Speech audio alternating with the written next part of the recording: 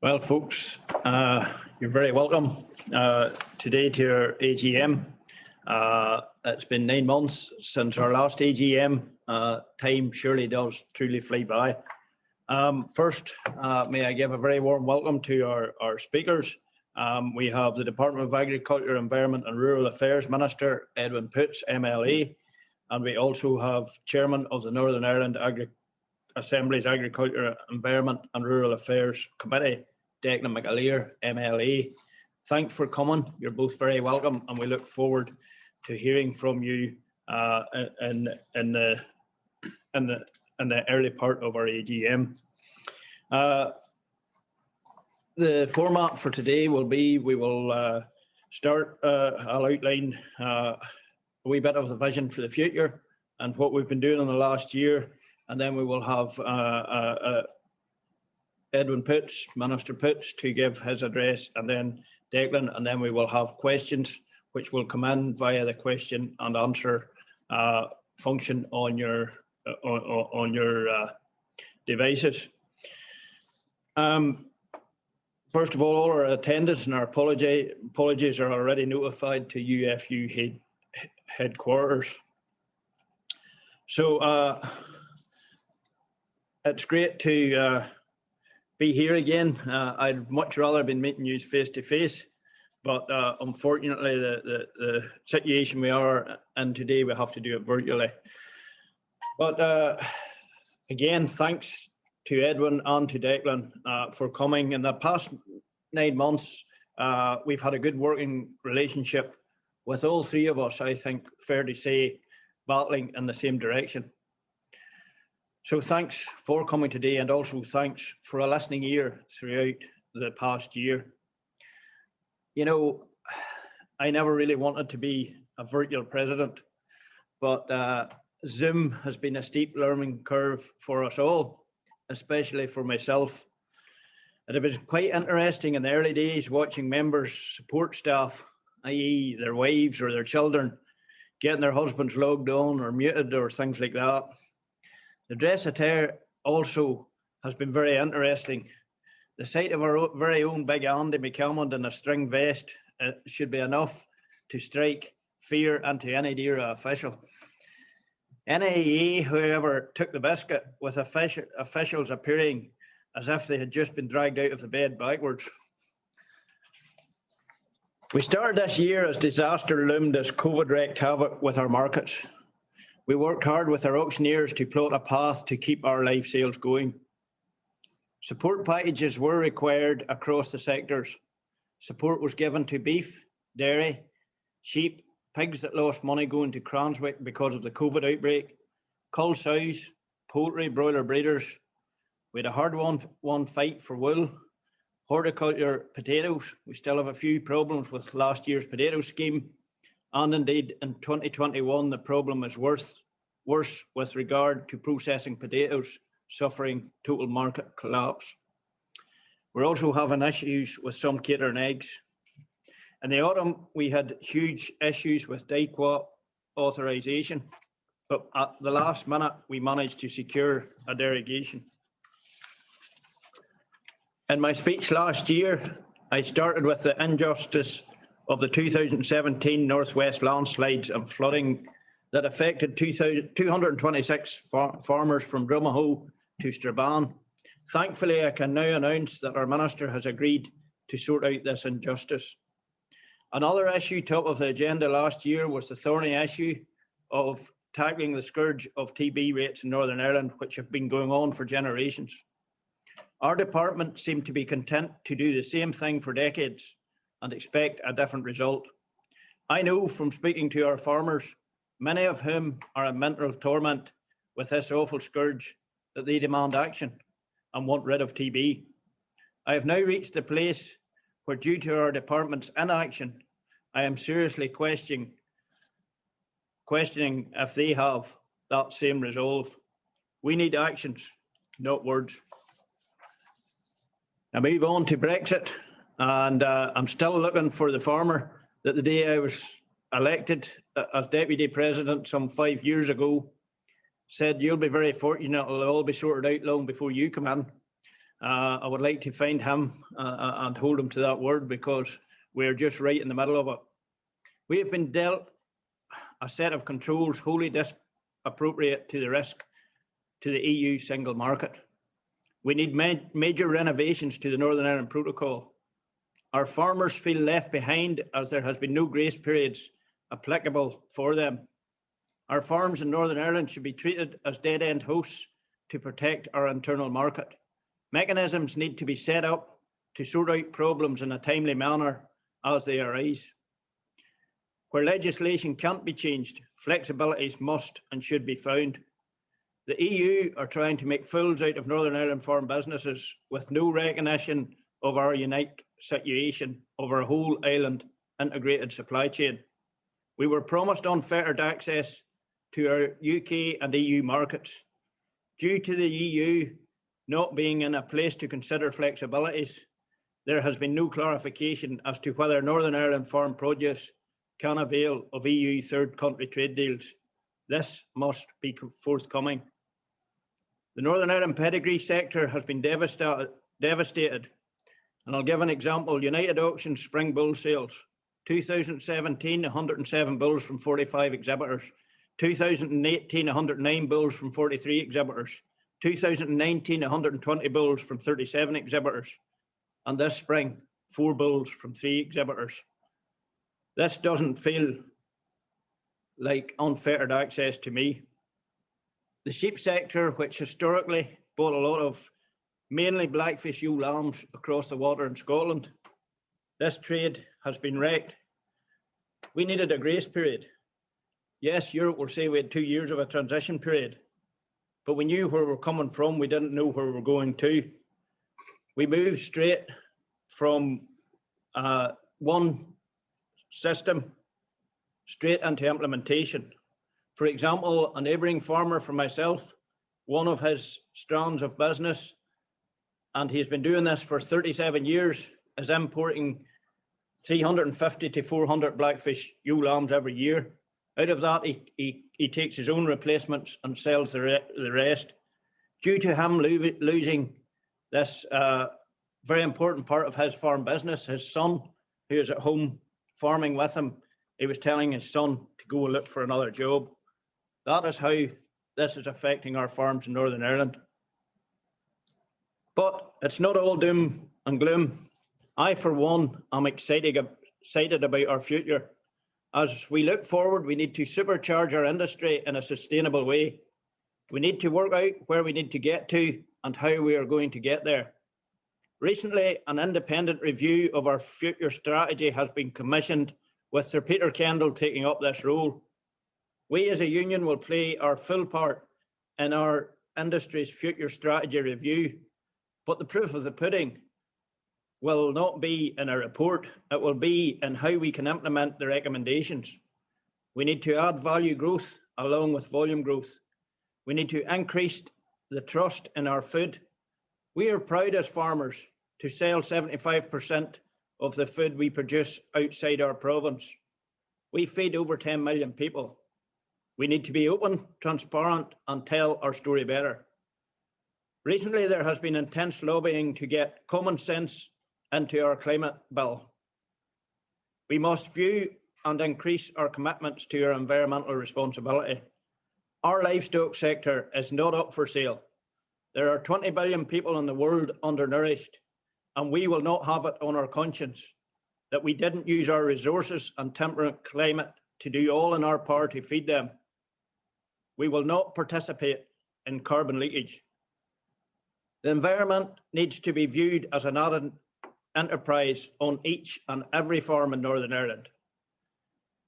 New farm support delivery mechanisms will undoubtedly take much of our time in the next year, with work having already started. I view this as an amazing opportunity to shape our industry for the next decades. A few internal things. Later tonight, I'll be participating in a Women in Agriculture webinar, so I better speak about them. I commit to engaging our board to examine how to kickstart an increasing level of participation from our ladies in all our committees to tap into this valuable resource that I don't think we're making best use of. On our farms, our ladies are playing a more and more active role. I would like to see a review of our committees, both in the length of tenure and no more multi-jobbing. I also was involved in the past year on the Trade and Agriculture Commission. I partook in that on behalf of our farmers. It's now completed. We were pleased to get included environmental and animal welfare recognised in a condition for importing produce. It was also important to get a new body set up to scrutinise deals as they are happening and to report to Parliament, with Parliament having a final say. The Minister's verbal assurance on the second stage independent panel decision should be final. This needs to pass through legislation sooner rather than later. Treatment of historic cases should also be part of this commitment. This year, the President's charity will be Life Beyond, a new charity set up that is delivering bereavement services for the farming community. It will support those bereaved through farm accident, suicide, sudden or unexpected death. The service will be free and include practical services at the point of need, including business and financial mentoring going forward for those families who need the support in working through succession plans and or challenging financial situations related to the farm business, as well as emotional support and peer support from people who have went through the same situation. The programme will be delivered in a partnership between Rural Support and Embrace Farm. If you wish to donate, visit the News tab on the UFU website, and I would encourage you all to do that. This year, with our virtual meetings, we don't get the same opportunity to lift money, but this is a charity that we hope none of us need, but we know that some people within our farming community will need, and it is very worthy, and I would recommend this to you. Finally, may I thank you all for your support throughout the year. Although I have missed seeing you all physically, one of my biggest regrets. May I also take time to mention our amazing team at headquarters. From our chief executive right down, we all had to learn new ways of working, and we stepped up to the mark. May I, on behalf of Northern Ireland farming folks, thank you, our staff, for your amazing work as we went even beyond the call of duty on many key occasions in the past year. Thanks again to Minister Poots and Declan McAleer. And just in conclusion, with God's help, we in the UFU will continue in 2021 to serve the farming communities to the best of our abilities. Thank you. And now we will reach over to Minister Poots. Minister Poots, please.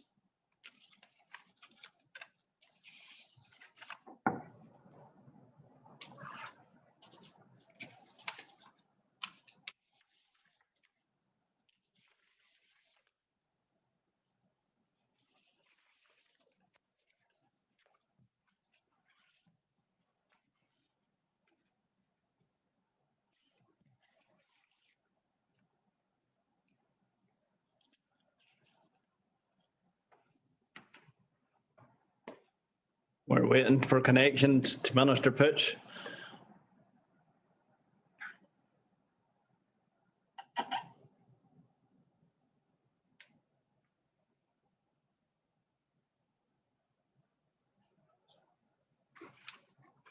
Can I encourage you while you wait, if you have any issues that you want to put to Minister Poots or Declan, to put them in the question and answer section, and we'll come to those later on. Are we having technical difficulties, Heather? At Edwin's end, yeah. It's going off, he might come back on again. Edwin has went off and he's trying to come on again.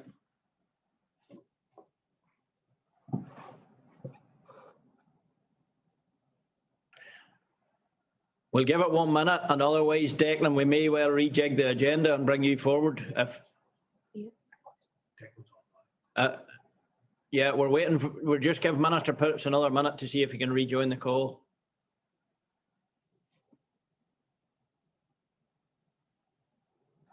This is the joys of virtual working.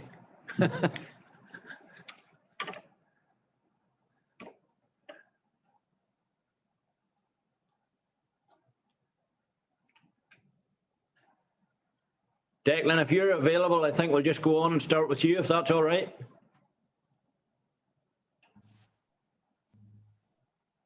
Yes, can you see? Yes. All right. Good afternoon. Having a few bit, I was having a few problems myself logging in, but I'm here now. So thanks very much. I suppose I want to just start off. I want to take the opportunity to thank you very much for having me at your AGM this year again. And I was at it last year as well, and really appreciate that their opportunity. So I do, genuinely do.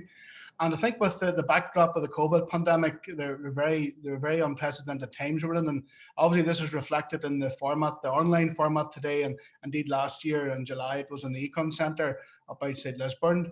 I want to commend the UFU in another very successful year, and I want to pay a very special tribute to Victor and the team for leading the organisation in these very challenging times. And during the course of the year, I was very worked closely with the union and with the department as well on a whole range of issues. And just casting the mind back over my notebook there before the meeting started there, some of the issues that we would have kind of jointly liaised on was around the PGA status for the beef and the pedigree breeders issue, the scrapie monitoring issue. I would have actually engaged last week with the NI Affairs Committee in Westminster about that. I would have jointly lobbied on the wool industry issues, the issues around shared environmental services. We lobbied the supermarkets on the beef imports and on TB issues as well. And I greatly appreciate the opportunity to get out and about with the UFU and Minister Poots up on farms in North Antrim during last summer, and most recently in my own area of West Tyrone, where we met farmers impacted by devastating landslide in 2017. So even though the restrictions there, and we're doing it under the restrictions within the guidelines, it was still great to get at least those two important opportunities to get out and about on farms and meet people at grassroots level. And certainly from a committee perspective, our function is to obviously scrutinise the work of the department, and obviously Brexit and leaving the CAP, we've had a lot of work to do in terms of scrutinising a huge amount of secondary legislation, certainly from September to January, to make sure that we had like a functioning rulebook here on exit day, which was the 1st of January in this year. And this took up, I think, overwhelming majority of our time from September until January. Brexit, again, I mentioned it, it's a very important issue. We need seamless trade east-west and indeed throughout the whole EU. And we have made strong representation in relation to implementation issues such as the shape and scrapie monitoring issue, the impact on pedigree breeders, the challenges faced of export certification, and the need for the trader support service to be more effective. And we do also have major concerns in the loss of EU funding, and there's been no progress on the UK Shared Prosperity Fund that was supposed to replace the lost EU funding.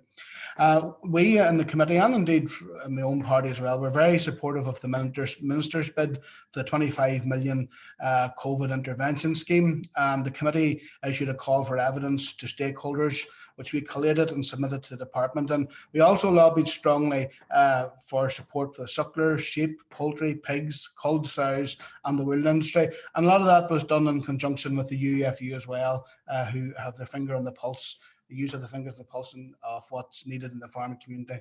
And I know it's not strictly a UFU matter, but we're keeping a strong lobby on for the Loch Ness eels fishers. And indeed, we're hoping to get a resolution of support funding for the farmers and the sparrows affected in the landslide in 2017. And that was something that Victor, yourself, highlighted as a priority last year in July, and you stuck through to your word, and that's been recognised very much by the farmers on the ground, and thanks for that. Some of the other issues that we've been looking at is the use of forests, huge potential for social and health and economic environmental benefits of for us, and we're delighted local communities are working in partnership with DAERA Forest Service to maximise the potential of forests. And we and the committee are very supportive of the Minister's Forest for the Future programme to help climate change by planting 18 million trees over the next 10 years. In terms of some of the upcoming issues which we'll be dealing with over the course of the remainder of this term, obviously we'll be dealing with the issue of climate change legislation, the impact that will have for agriculture and food production. We're looking towards publication of the TB and the ammonia action plans, and farmers will be aware of the impact, for example, TB has on their businesses. And the fact that it costs around 40 million a year to deal with. So it's something that we want to get to grips with, particularly if we're trying to attract more international export markets. We're also looking towards the publication of the Department's agriculture and the new agriculture and rural policies. And we were supportive of the Minister's simplifications that were brought in, for example, rolling the greening payments into the BPS, the October payment schedule, payments in sterling, and the reduced number of inspections. And the Minister has broadly outlined future farming policy centred around productivity, resilience, environmental sustainability, delivered through area-based schemes, agri-environment schemes, and headies payment. And we look forward to seeing the detail of these policies as part of a public consultation exercise. So in conclusion, I want to again commend the UFU on another very successful year in very, very challenging circumstances. And I want to place on record my acknowledgement for my appreciation of the partnership and the engagements that I have with you, keeping us up to date on issues and bringing them to our attention, and also for your own high degree of professionalism and dedication of the wider team in your efforts to deliver the very best for the farmers of this region. So thank you, well done on a very successful year, and good luck on our hopefully which will be another successful year ahead, and hopefully under better circumstances. Thank you. Yes, thanks, Declan. I'm not sure whether you were on to hear my opening comments or not, but I did pay tribute to your work. In fact, both Minister and yourself as chair of the DAERA committee and ourselves, I think we're batting the same direction most of the year. So thanks for that. And again, we have a good working relationship, and I value that very much with you and indeed your committee as part to play. I think we have the Minister back online now. Minister, are you there? Can you give us your speech, and then we will have questions for both of you. Thank you, Declan, and over to Minister Edwin Poots.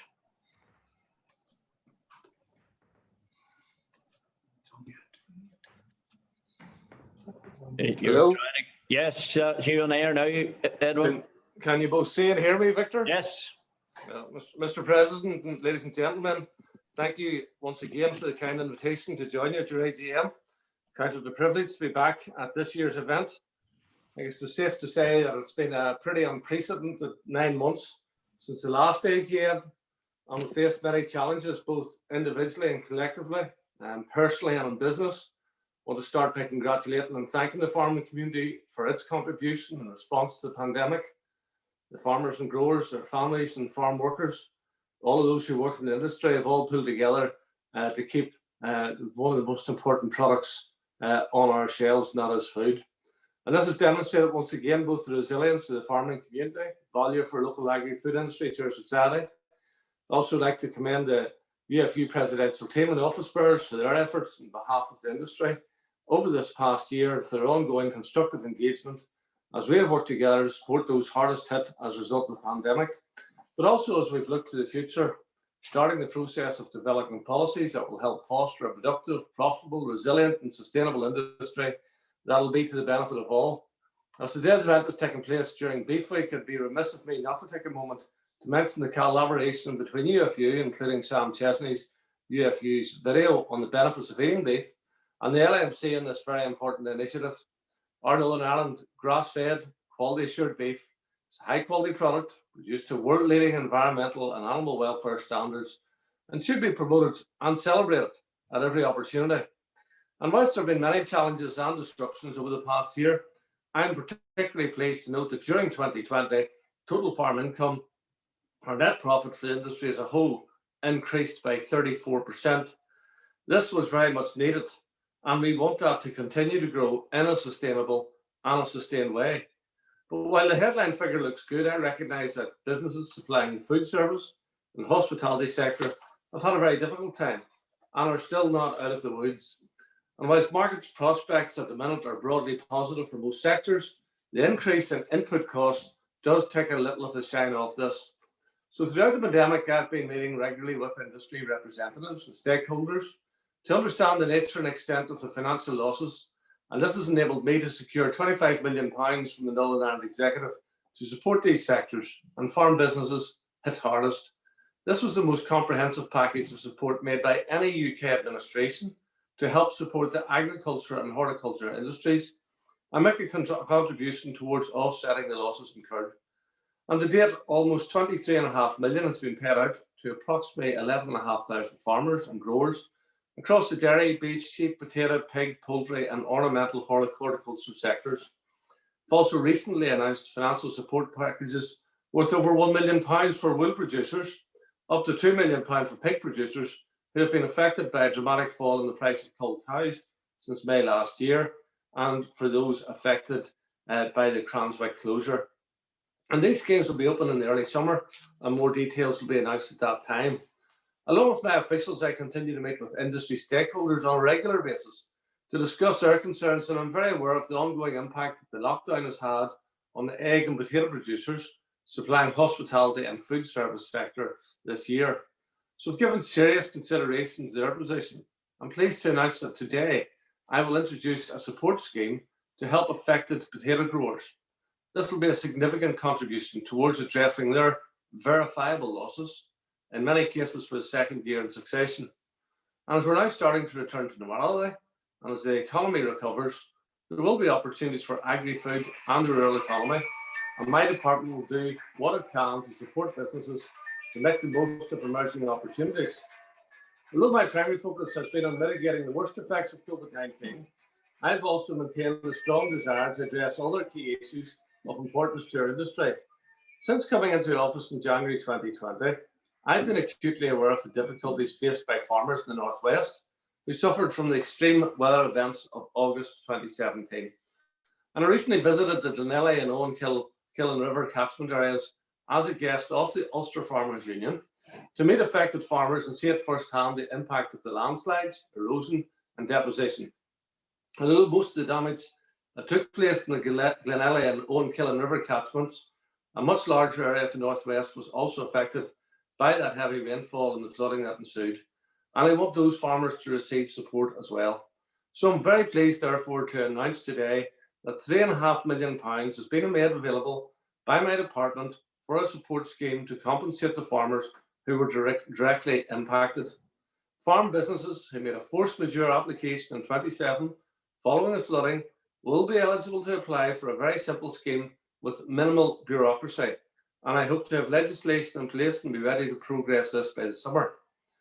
I suppose the one thing this episode has taught us is the power of nature and the potential consequences of extreme weather events. Climate change has the potential to make these floods more frequent and remains the biggest challenge of our time. It is important that we take action now to secure a future for generations to come. This challenge cannot be addressed in isolation and needs to be considered in the context of the economy and the broader environment. And that is why in June last year, I committed to developing a multi-decade green growth strategy on behalf of the executive. This will map out the actions we must take to meet greenhouse gas emission targets and deliver a better environment, green jobs, and make better use of resources within a circular economy.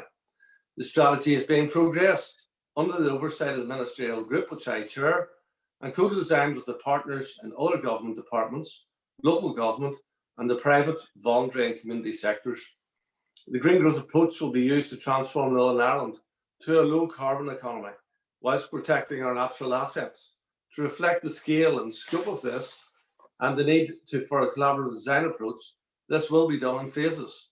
A strategy framework document will be issued this spring with a draft strategy to be published for consultation in advance of COP26 in November 2021, and the final strategy agreed by the end of March 2022. UFU has already been engaging with my officials on green growth, and I welcome and value your ongoing collaboration and support.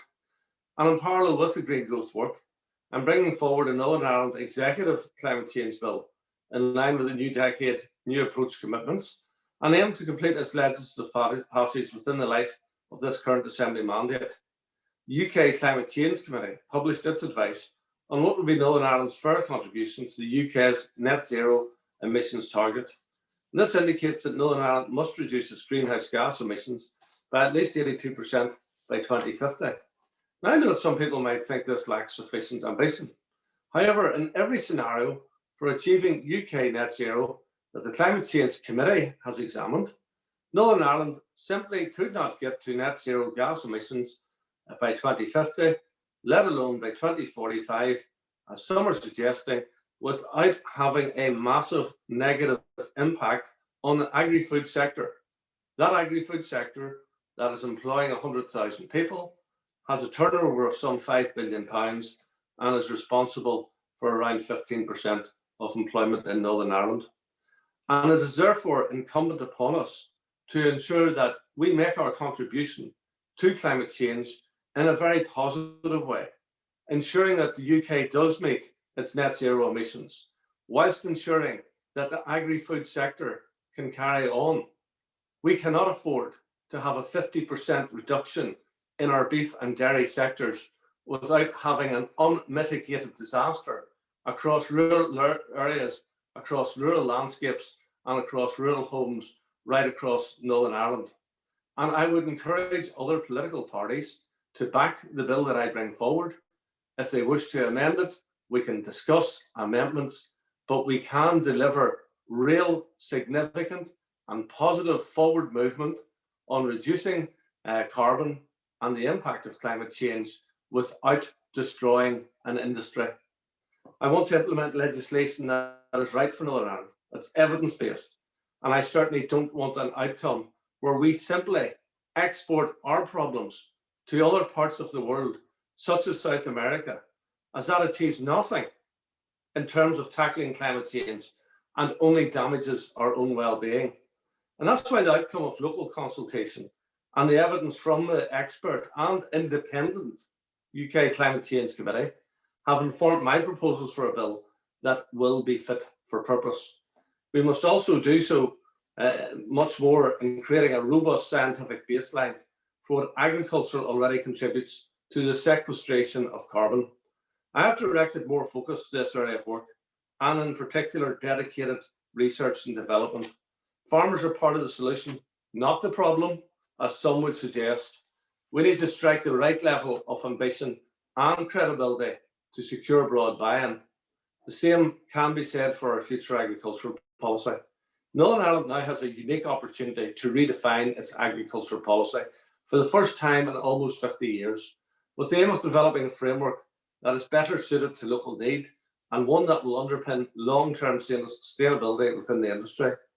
UFU members are fully aware that my vision for the future agriculture in Northern Ireland is defined around 4 outcomes: an industry that pursues productivity as a means to sustained profitability, an industry that displays improved resilience to external shocks, which are becoming ever more frequent and to which the industry has become very exposed, an industry that is environmentally sustainable in terms of its impact on and its guardianship of air quality, water quality, soil health, carbon footprint, and biodiversity, and an industry which operates within an efficient, sustainable, and responsive supply chain. I want to help the farm sector to do the best that it can be across these 4 areas. Future policy must allow farmers to have the best possible tools at their disposal. It is vital that it embraces a greater investment in science and technology, encourages innovation, and promotes the uptake of the new knowledge that can deliver sustained benefits to the industry, its customers, and the people of Northern Ireland.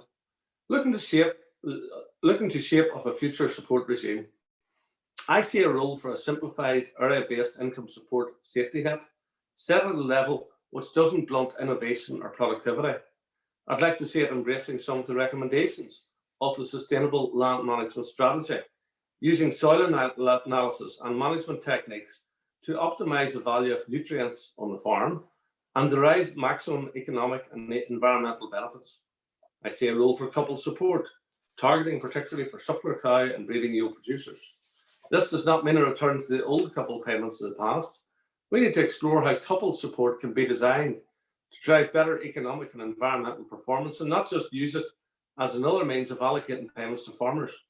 I'm grateful for the development work UFU has taken forward with LMC and NIMEA in this regard. Also keen to examine how genetics and livestock data program could be embedded within this to improve the economic and environmental performance of our grazing livestock. I see a strong central role for agri-environment measures that will deliver clear outcomes, as we have many problems to address. Our air quality, water quality, biodiversity, soil health, our landscape are all heavily influenced by farming. We have to accept that this influence has not always been positive, but the important point is that it can be positive going forward. And we will only address our environmental challenges if agriculture and farmers are part of the solution. Moving forward, we must join our environmental ambitions with farm economic activity. We must expand capital investment to drive innovation and to tackle our environmental issues. We must also use knowledge as a tool to support better nutrient management and reductions in carbon, ammonia and nitrate emissions. We need to explore the possibilities of encouraging the farming of carbon through a range of measures, including land management techniques and increased woodland planting. I see continued professional development as something that is absolutely vital within farming as we move forward. Agriculture is part of the knowledge economy. It is also important to say that I see a role for better succession planning. We have an opportunity to develop an approach to succession which respects the farmer who's stepping back and assists the younger farmer who's moving forward. Business as usual for many farms will not be an option. The future is about doing more with less in a sustainable and innovative way. I look forward to engaging with you on my proposals over the coming months. But it's not just about farming. We have had an opportunity to transform our entire food system for future generations and assist the achievement of broader health, social, environmental, and economic goals. So I'm starting to discuss plans with my executive colleagues for Northern Ireland Food Strategic Framework and see real potential to capitalise on the quality and attributes of our local produce, both nationally and internationally. My ambition is for Northern Ireland to be seen as a world-class food region, recognised for its sustainability, quality, safety, authenticity, and knowledge-based approach. We're at the early stages of the development of this initiative, but I want to ensure close stakeholder engagement as we begin to flesh out our policy proposals over the coming months. Fitting into our developing agenda on farm and food policy will be the work of the independent strategic review of the agri-food sector led by Sir Peter Kendall. This review was started last week. It's being sponsored jointly by DAERA and the Department for Economy. And I know that my ministerial colleague Diane Dodds is keen to receive input from the review team as she takes forward her own work on economic recovery. I'm delighted that someone of Sir Peter's standing and vast experience has taken on this role, looking right across the Northern Ireland supply chain to assess the strategic challenges and opportunities that we now face post-Brexit and as we hopefully emerge from the ravages of COVID-19. There's one other area which I want to progress rapidly in the coming months. That is bovine TB. When I took on the role of Agriculture Minister, I made it clear that one of my top priorities was tackling this disease, which has been the scourge of our farming industry for far too long, costing both the taxpayer and the farmer dearly. Our TB programme was costing in the region of £37 million again this year, while herd incidence levels remain stubbornly above 8%, and that simply cannot continue. I'm working closely with the Chief Veterinary Officer, the TB Eradication Partnership, and my veterinary policy officials to finalise a new strategy for the reduction and ultimately the eradication of TB from Northern Ireland. A detailed business court case supporting the implementation of the new measures has now been completed within the department, and officials have been providing me with their final advice. This will enable me to take decisions, and I intend to consult on my preferred option in the weeks ahead. Once I've considered your views and those of other stakeholders, I intend to move forward with the implementation of the strategy at pace, and I'm determined to see disease levels reduced from Northern Ireland. I'm confident that with the implementation of the strategy, we will at least have the additional tools needed to make this outcome a reality.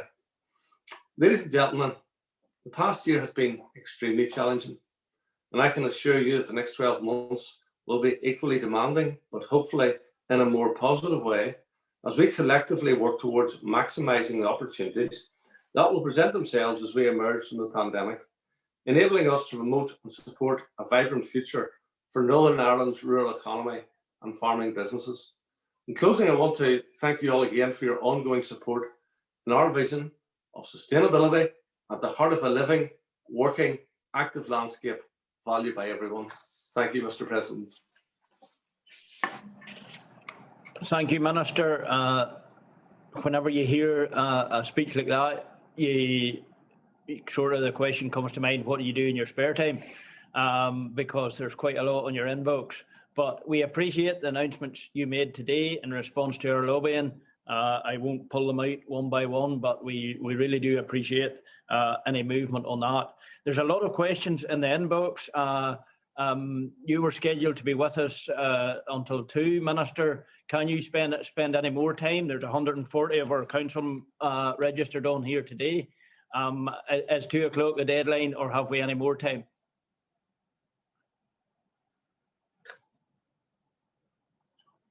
Sorry, we'll give you a bit more time.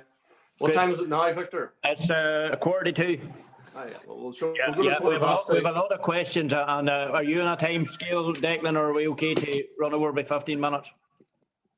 Okay, thanks, Declan. We'll start with what you finished with on your talk about TB. We have a question in here from Andy McAleer, who's chair of our Animal Health Committee. The first bit of it says, can the Minister assure us that he will take action on TB? Will you have that? You have given us that assurance.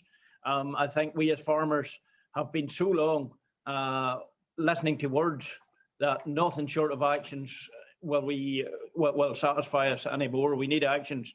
But I have another question in here from this, just a personal story. We have experienced a personal experience having lost 260 pedigree Holstein milkers in our last 2 TB tests. And the economic situation is devastating to our farm business. Cows are indoors most of the times. Roller doors prevent wildlife from entering feed passages. DAERA tell us that lands around our dairy unit are infested with badgers. Ample evidence has been gathered to demonstrate strong links, and yet nothing has been done. Your intentions are good, Minister Poots, but to date, there's no action on wildlife. As they say, the pathway to hell is paved with good intentions. So we do need actions. So, it just goes on to talk, but that's just part of a personal experience there from one of our members.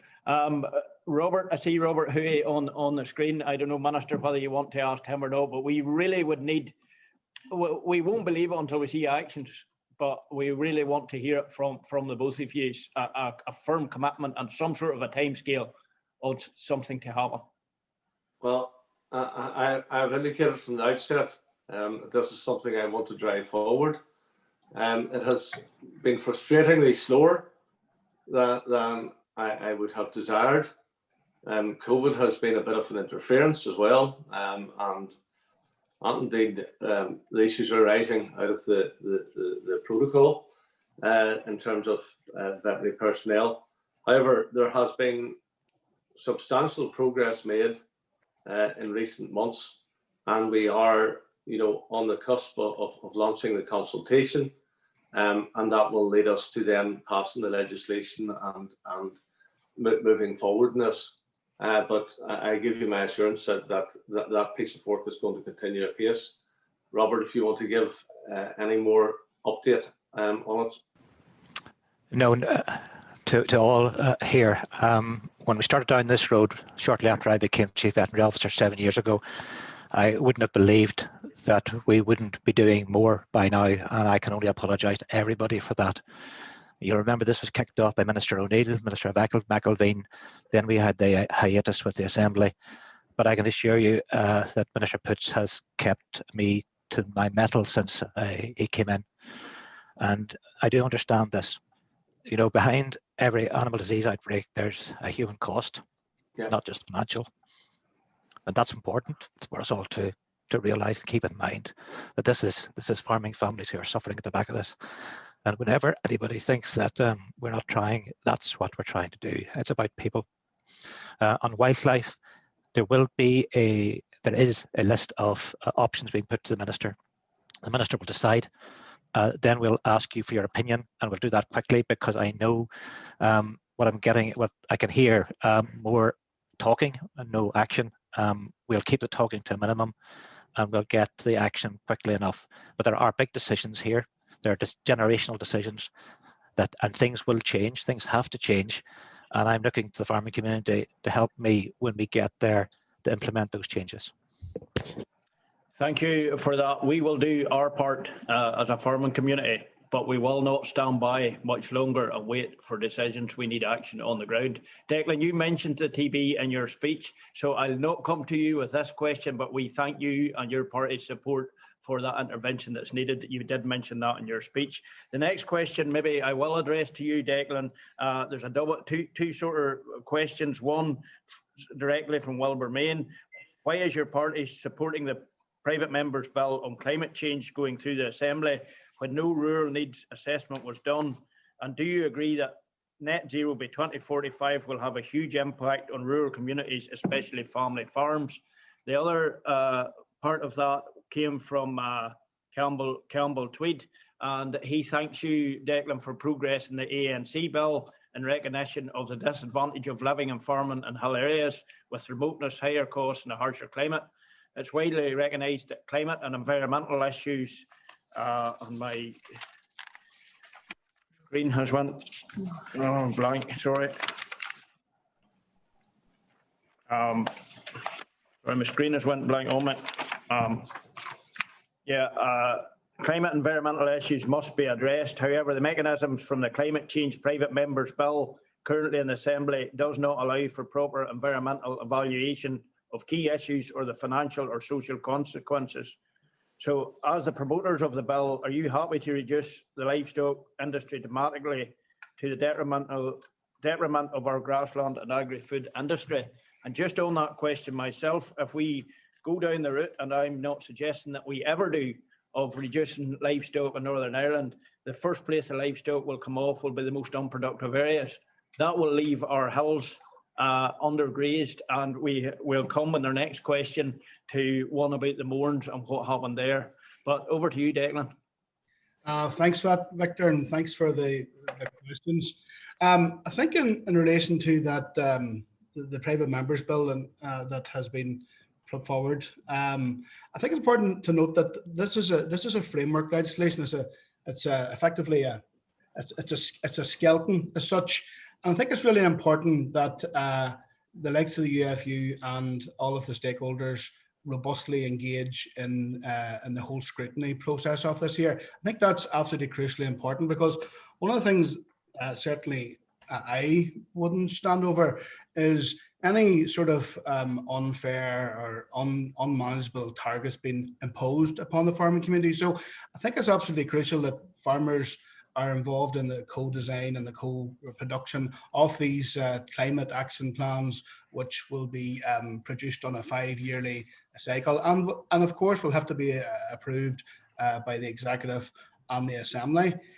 So that's certainly one thing that we definitely don't want to see is a cut or any diminution of farming, because if there's anything that the recent pandemic threw up is that as the huge importance of locally produced food, and I do also say as well that there's 197 countries across the world have signed up to the climate change legislation, the Paris Agreement, effectively, and I do think it's important for our international reputation that we do have a climate change act here which does reflect those targets. But certainly, wouldn't want to see it at the expense of our herds being cut or any loss or damage to our hard-pressed rural communities. Thanks for that, Declan, and Minister, you covered that well in your speech on the carbon bill, so we won't go back there.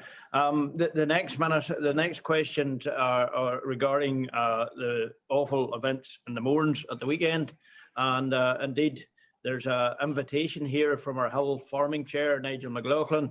Will the Minister continue to take a pragmatic approach and even possibly visit the areas as UFU's guests to review and support the farmers in the areas down there in the Mourns? And that invitation also extends to Declan.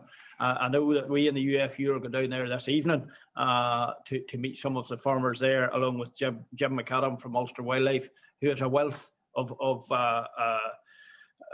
a lifetime's experience in managing these upland areas. But the question is a bit about the burning. Not least has been a general approach by public bodies and NIEA against controlled protective burns at the appropriate time of the year. In the past, this was normal practice enacted to reduce fire severity and area damage when strategically used.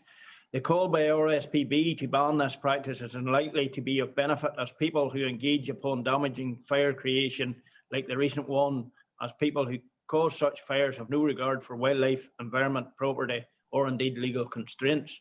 And as yet, we have no indication from the fire service of how this fire started, and the finger of blame with some people on the media seem to be pointed at the farmers, and we have no indication that this was a farmer, and we wouldn't like to think it was, but that will probably all come out in the wash. But on that invitation, I'll ask to the two of you if you would respond to that. Yeah, I have no problem. I have been visiting, and indeed I visited Northampton last year on the back of fires having taken place there as well, and Alton Richard and so forth. And we had a long debate there with NIEA, and Queen's University were taking a very different position from some of the officials in the NIEA who appeared to be against muir burning or strip burning, or whatever you want to call it, creating those breaks. And there's three things that fire need: oxygen, which is obviously there, material, and the dry gorse is material, and then ignition. Now, in terms of the dry gorse, a lot of that comes about through bad grazing management. So by not allowing the farmers to actually do the right level of grazing, we can very often lead to a circumstance where undergrazing takes place. The consequence of undergrazing is that the gorse gets away, and therefore it dries up and gets to the point where it is so flammable. The further consequence of that is whenever you don't get the sheep on at the right time, then the area that you are grazing tends to get overgrazed. So you have a double whammy there. You have undergrazing and overgrazing at the same, and that is a doubly damaging situation.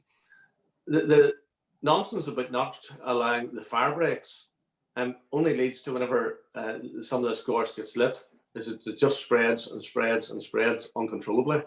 And for anybody to suggest that not having a 2-meter break is something better than allowing 1,000 acres to be burnt at one time, that's just nonsense. And I have set up a group between NIEA and the Fire and Rescue Service to ensure that we can take this forward in a much more rational, sensible and meaningful way than has been the case heretofore. I can't have this idea that we sit back and do nothing and think that everything's going to be all right. It's not. Yeah, thanks for that. I'll reach it over to Declan, but I would agree with your comments. Managing a hill doesn't mean just leaving it to its own devices. That to me is not what managing a hill is. In terms of invitation, yeah, absolutely. Exactly this time a year ago, I experienced fire in the down where I live in the Mourns ASSI. Myself and the local community were out trying to protect neighbours' homes. So I can see the devastation that is caused. and I can see the challenges for the landowners who lost a lot of fencing and gates and other equipment.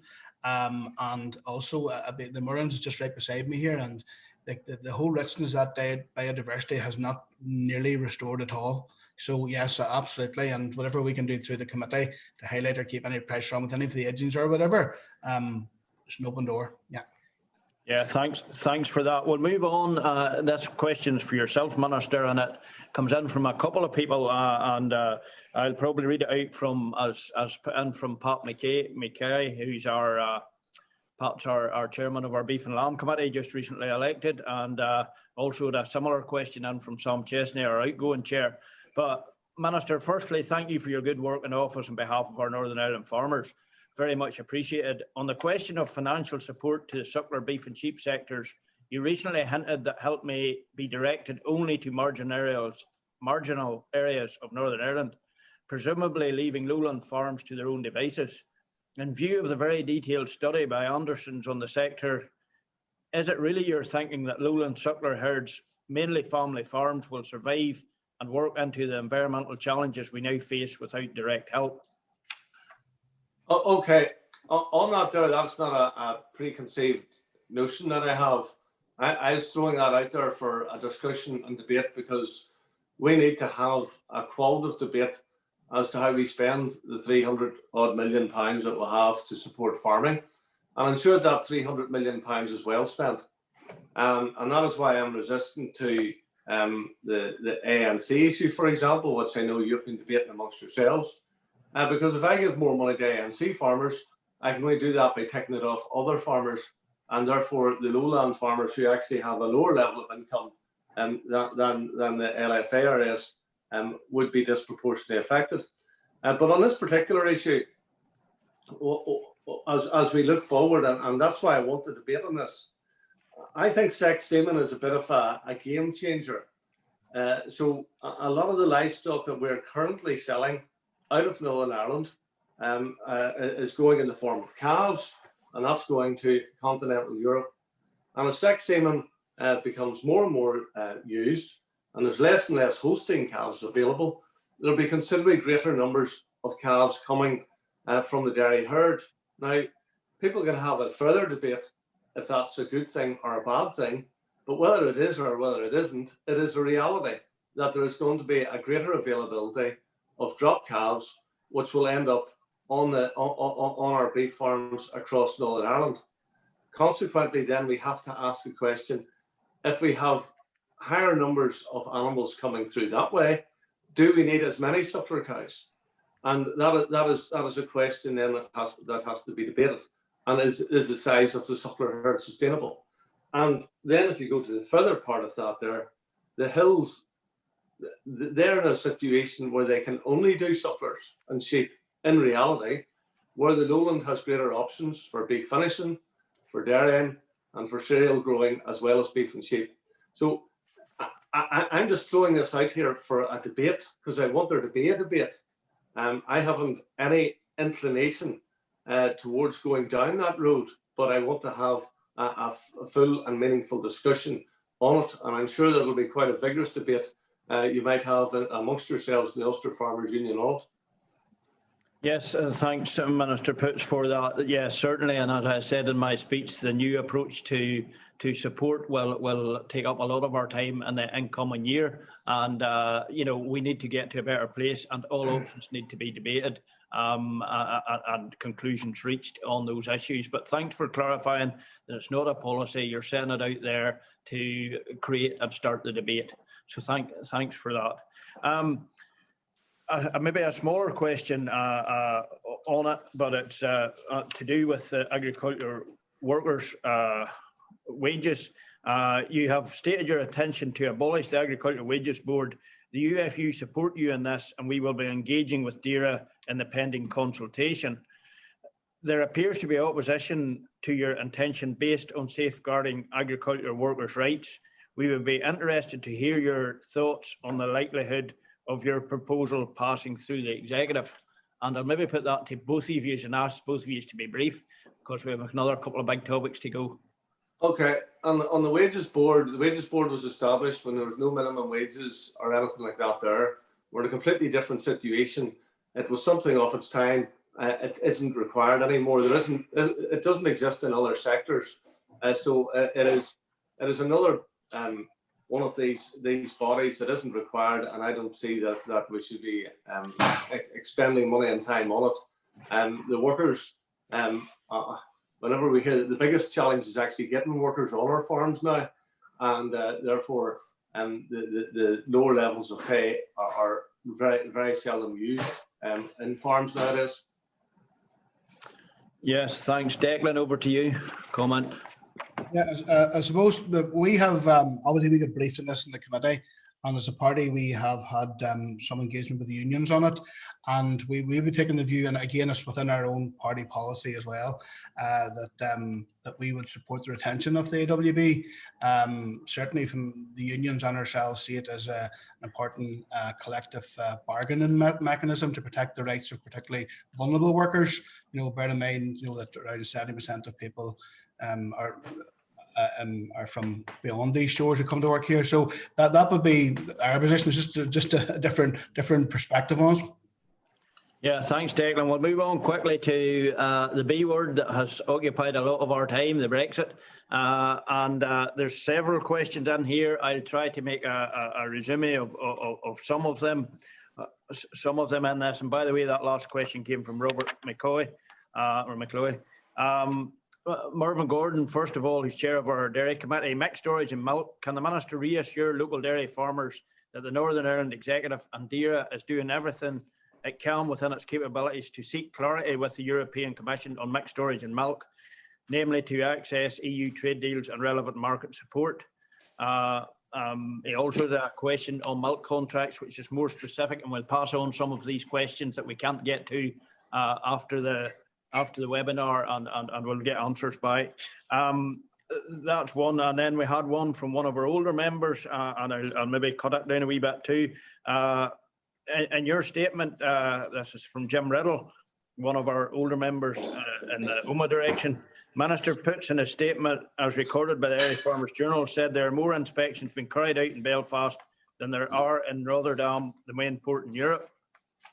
He would firstly like to know if the union, what we are doing and what DAERA is doing to regulate this situation, and what the union's doing to ensure that this does not continue to happen. And then we had a related question on Mark McCollum about seeds. Could you please continue to work on the movement of cereal and protein seed from GB to Northern Ireland to avoid delays due to the Northern Ireland Protocol, which was seen this spring, so that the autumn seed can be obtained without incurring extra costs and delays? Thanks for your assistance on this matter, and that from Mark McCollum and the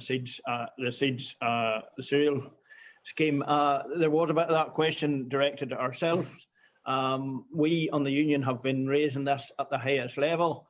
Just this week I was speaking to Bernard somebody or other. He's the top veterinary commissioner, Robert Huey, would probably know him well. And he had a very, very hardline approach. He told that COPA to tell our UK farmers not to be expecting any flexibilities, that there would be none, that the UK had left and they didn't come back looking for Europe to sort their problems out. I replied saying that I didn't like his tone for a start, and a lot of these things could be sorted out. If Northern Ireland farmers were recognised as dead-end hosts, a lot of this problems would disappear. But I'll reach that over to probably both yourself, Minister Poots, and indeed to Declan. And I know, Declan, we have been working together on trying to get a grace period to get these sheep in this year that had already been bought in Scotland. Maybe you missed that in our early speech, but I'd cover that, and indeed a show licence to sort out the pedigree trade. But Minister Poots, over to you. Okay. Well, in terms of it, the checks are entirely unbalanced. I've just signed a part input to the Executive Office, which was asking a question, how many checks are likely to take place after the grace period's over. And it was at least 10 to 15,000 checks per week. So that is just not a sustainable position. It is not a logical position. It is not a rational position. And it strikes me that the European Union is trying to punish the United Kingdom but the only people they're really punishing is the people of Northern Ireland. And that is not something which we have asked for. It's not something that we deserve. So I would encourage, and I've thrown the olive branch out to other parties at the executive, that we come together to try to find a resolution to this. As you know, I can go on about protocol, Declan can go on about Brexit, but what matters is what is happening on the ground. And those levels of checks will no doubt drive up costs, ensure that the supply of goods is actually hindered, and all of that poses significant problems. I believe there is a solution to it, and it will continue to involve checks at Belfast and Larne, etc. But it should not be checks on goods that remain within Northern Ireland. So goods that come from GB to Northern Ireland, in my opinion, should not be checked. And we should be able to go to the European Union as one country and say that to them.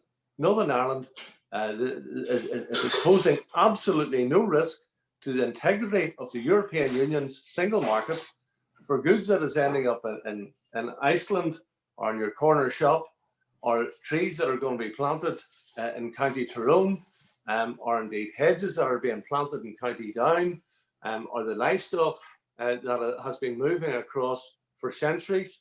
None of this will prove any threat whatsoever to the single market.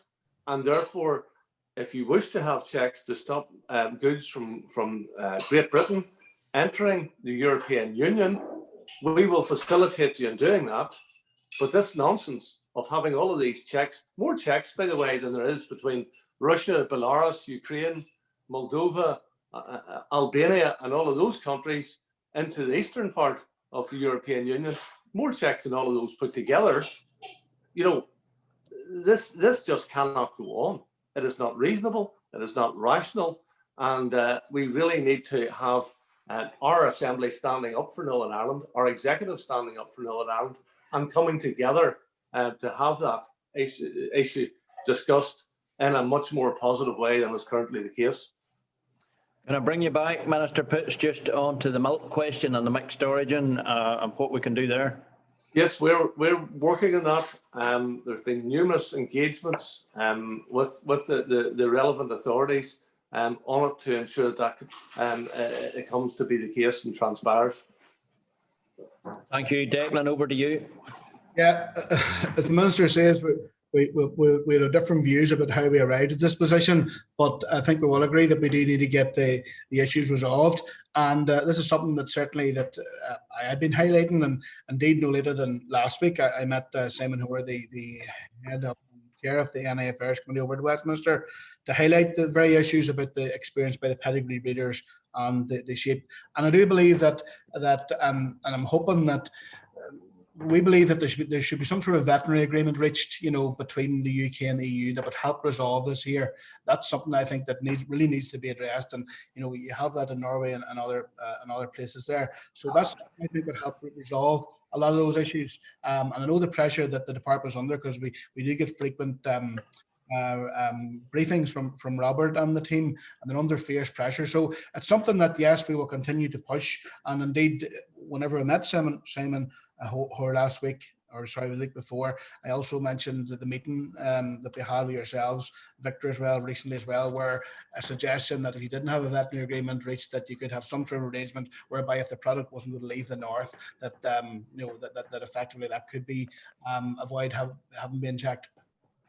Yeah, the seeds issue is a very real issue as well. And on COPA just last Friday morning or Thursday morning, Wes, I can't remember which, but again, that Bernard man from the Commission was very dismissive that it wouldn't happen, but I don't think we can take that. We have to get seed moving in our internal market.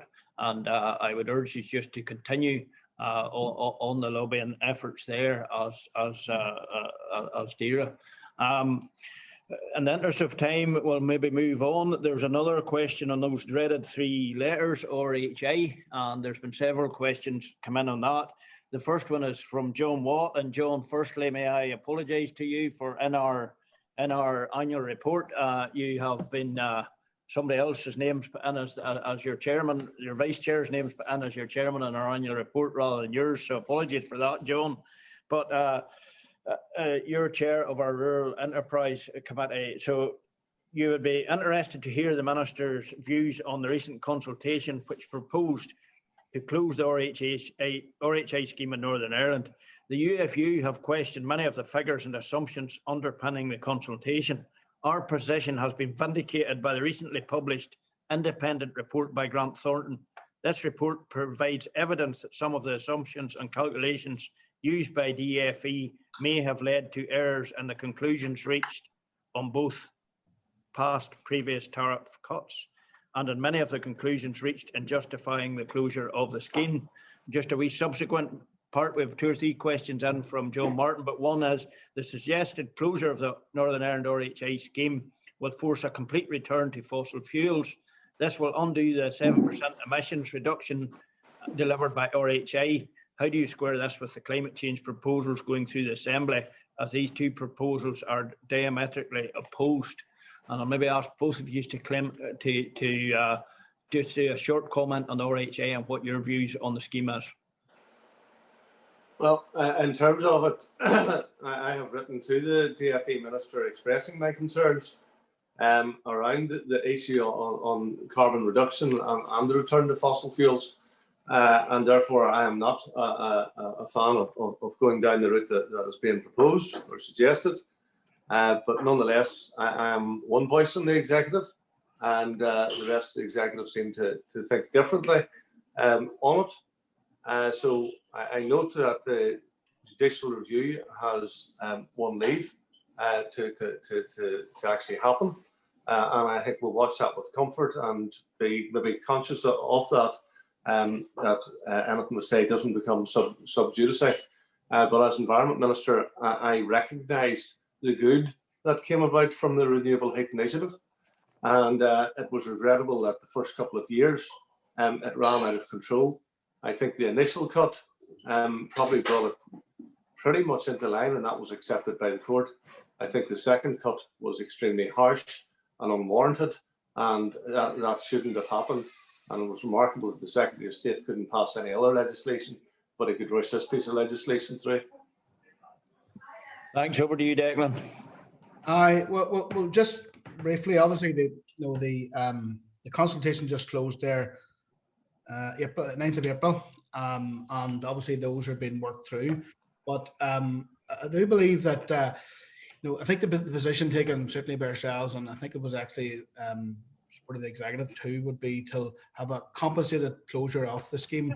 But also, I think what's also important as well is that the scheme will be required to be closed for the minister then to bring forward like a new scheme as part of the energy strategy to look at a new, perhaps more effective scheme for decarbonated heat. Yeah, thanks for that. Our position in the union would be that we could surely fix the scheme because the hardware is in place on the farms to heat the sheds and to do so in an environmental safe measure. And we see no justification at all for closing it. We think there's a scheme in the UK, there's a scheme in the south. Surely it wouldn't be beyond the realms of possibility to work with both those schemes and come to some sort of a scheme in between the two tariff rates or something to keep this going. Farmers have invested, they've been treated as criminals through this, and we would like to see this scheme to me it's akin to throwing the baby out with the bathwater, that we should fix the scheme rather than throw it out. But that's RHIs. Listen, gentlemen, thanks for your time. I'm going to bring one more question to you. We have several questions, and if it's okay with you, we will forward these on to you, and you can get through it, maybe note down some answers, and we'll forward them back to people. We have a question from Paul Fagan about environmental issues and water quality. We have a question on BVD and what the department's position on going to move forward there on. We have a question on the potato support and what will that scheme look like? And we have a question then about our Conacre system in Northern Ireland. But I'm just going to finish with the question on the potatoes, because if you have a store sitting full of potatoes and they're starting to bud at the present minute and the market has collapsed for them, can we have any indication of how soon or what type of a scheme this will be? There's still some livestock in the houses that could use some of these for stock feed, and time is of the essence here. So that question over to the Minister.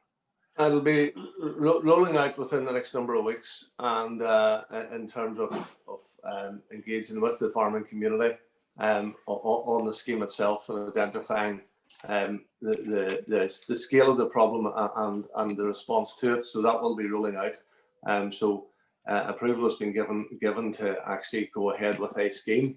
So all I'll say is that I would ensure that, if people are going to use potatoes, that there is very, very, very good records kept, evidence kept of it, photographic evidence of what you're doing if you are going to do something, and a demonstration that can be stood over. I don't wish to see farmers going and moving potatoes off their property, or indeed maybe feeding them to their own cattle, and they end up not getting compensated. So just be very, very careful is all I'd say.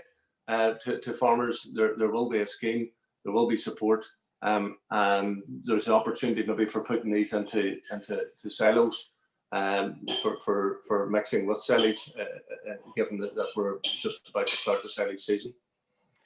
Thanks for that, Minister Poots. I was hoping there that you would say there'd be a scheme rolled out within days, but then I had to give myself a pinch and realise that I'm working with a department who works on a different time scale as we do as farmers. Sometimes I always think that the clutch is slipping whenever we come to DAERA and how they move forward, and then sometimes I think that they're maybe not in gear at all, and then other times I look to see and maybe the engine's not even switched on. So we as farmers get quite frustrated at the level of speed of actions within DAERA, but it tends to be a civil service type thing. I was speaking to one farmer this morning, and Robert will probably still be in the call, and he said he read Robert's report on a few weeks ago about the heavy workload that the vets had at the ports in Larne, and thank you again for the work you've done there. But he said that they needed time off because they'd worked 2 weeks without a day off. He says, I nearly choked my Weetabix. He says, for I've been here for a year without a day off. So we do tend to be a different breed of people. But again, thanks a lot for coming on today and hearing our questions. And again, thanks for delivering some good news to us in Glenelly Valley on a potato scheme and other things. Thanks, Declan, for your continuing work, and thank you that we're pushing the ball in the right direction. You want to speak there, Declan? Come on ahead. I just want to say thank you very much, and Victor, I want to wish yourself and the team all the best the year ahead. And listen, keep in touch, and hopefully we'll be able to meet and person to person more so in the incoming year. Okay. Yeah, thanks. I'll echo that. Thank you, and best wishes to the President and all the team, and hope that we get another 34% of an uplift in 2021. Yeah, that would really help the farming industry, but we can't guarantee that one. Yeah, well, one farmer said to me, he says, times isn't so bad, sheep's flying. He said, beef has risen a wee bit. He said, milk, he says, is coming up a little, the more the cost is going on. He says, potatoes aren't good, but he says, the rest of the sectors, pig sector, cereal sector, everything seems to be doing fine. He said, I wonder why that is. And I said, you have a good UFU president. He says, careful that doesn't come back to bite you. So let's keep it going for another year. I thought it was a good minister, Victor, you know. All the best, folks. A good team. Okay, thank you again.